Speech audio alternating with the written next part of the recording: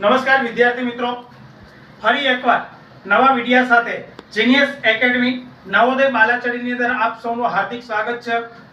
હવે જે નફો ખોટ આપણું આગળનું ચેપ્ટર છે, આની પહેલાના દરેક ચેપ્ટરના એક બબે વિડિયોઓ આપણે જે તમને સમજવા માટે મુશ્કેલી પડતા હોય એવા દાખલાઓ છે આપણે ગણતરી કરીને મોકલ્યા હતા।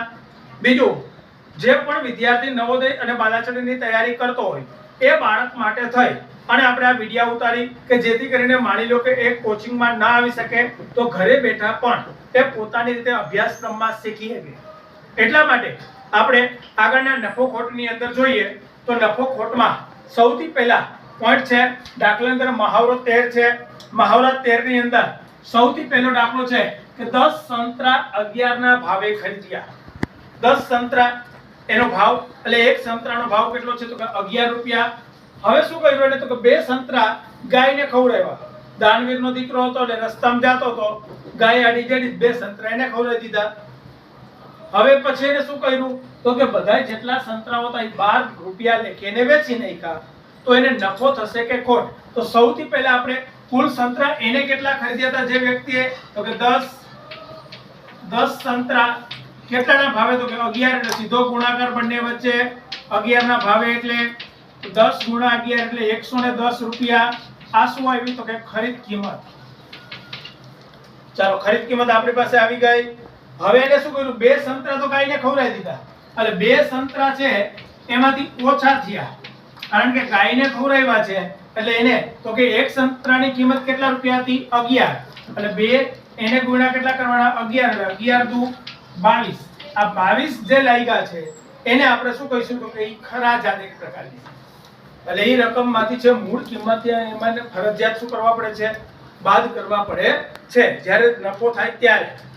ચાલો, હવે શું કરવાનું, આપણે 110 રૂપિયામાં ખરીદ્યા હતા, બે સંતરા એને ઓછા કરી નાખ્યા, બે સંતરા ઓછા થયા તો કુલ 10 હતા, 10 માંથી બે સંતરા છે એને આપણે શું કરવા પડશે, બાદ। ચાલો, બે સંતરાને આપણે બાદ કરી નાખો તો વધ્યા કેટલા સંતરા 8। કેટલા સંતરા વધ્યા ખાલી એની પાસે 8 જ, કારણ કે બે તો એને ઓછા કરી નાખ્યા, ગાય આવી તો ગાયને એને ઓછા કરી નાખ્યા। હવે કુલ 12 રૂપિયા લેખે તો 8 સંતરાની કુલ કેટલા લેખે તો કે 12 રૂપિયા લેખે કુલ એટલે પ્રત્યેક નાઓ એક સંતરાના છે 12 રૂપિયા। તો 12 ગુણ્યા 8 પહેલા પાછા આપણે કરવાના એટલે 12 એને ગુણ્યા 8 તો 12 ગુણ્યા 8 કરો એટલે 12 અઠા કેટલા થાય તો કે 12 એકા 12 12 દુ 24 12 36 12 ચોક 48 ડાયરેક્ટ આવડવું જોઈએ, પણ આ તો વિદ્યાર્થી માટે થઈને આ રીતે આપણે ઘડીઓ બોલવાનું કહીએ છીએ, બાકી આપણને ખબર છે કે 12 અઠા 96। તો આ એની શું થઈ વેચાણ કિંમત છે, એ વેચાણ કિંમતમાંથી આટલે સુધીમાં એને રકમની અંદર શું થયું તો કે 12 અઠા ને 96 એટલે 96 રૂપિયા એની વેચાણ કિંમત છે એટલે 96 ના ભાવે એને આપી દીધા। હવે 96 ના ભાવે આપી દીધા છે એટલે શું કરવાનું એને તો કે ખરીદ કિંમત 110 રૂપિયા હતી, વેચાણ કિંમત એની કેટલા રૂપિયા થઈ 96 રૂપિયા થઈ।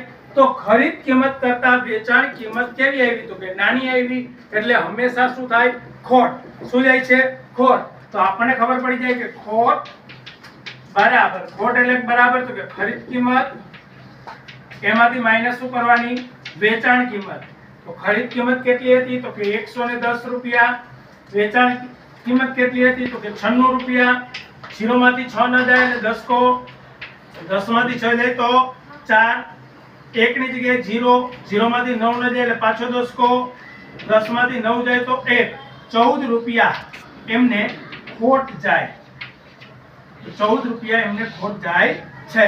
તો આ રીતે દાખલાઓ છે, આગળમાં તમારે ગણતરી કરી અને તમે દાખલાઓ ગણી શકો છો। Thank you very much.